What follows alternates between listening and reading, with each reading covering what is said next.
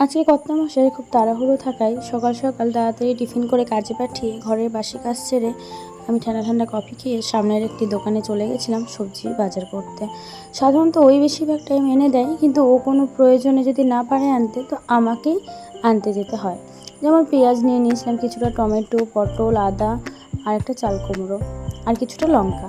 তো বাজার করতে গিয়ে একটা জিনিস চোখে পড়লো, এখন যেহেতু দুয়ারে সরকার ক্যাম্প চলছে সেজন্য আমাদের পাশে একটা হাই স্কুল আছে, সেখানে দেখতে পেলাম যে অনেক ভিড়, লাইন লেগে রয়েছে। অনেক ছোট ছোট বাচ্চার মারা দেখছি তাদের বাচ্চাকে কোলে করে নিয়ে এসেছে দুয়ারে সরকার অন্নপূর্ণা যোজনার ফর্ম জমা দিতে। তো এই দৃশ্যটা খুব দুঃখজনক যে আমাদের দেশে এখনও এই ধরনের ছোট ছোট বাচ্চাদেরকে স্ট্রাগল করতে হচ্ছে। এর থেকে আর খারাপ কিছু নেই।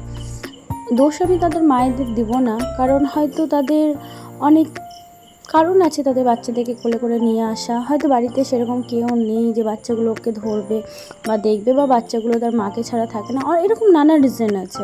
যেমন আমি কিছুক্ষণ আগে আমার সোনা মাম্মামকে ঘরে একা রেখে আমাকে বাজার করতে যেতে হয়েছিল, কারণ আমার ঘরেও কেউ নেই সোনামাকে দেখার জন্য। সেই জন্য ওকে ঘুমানো অবস্থাতে ওকে একা রেখে আমি সামনের দোকান থেকে বাজার করে নিয়ে চলে এলাম। সাধারণত আমি বাজার করতে যাই না, আমার কর্তামশাই বাজার করে আনে।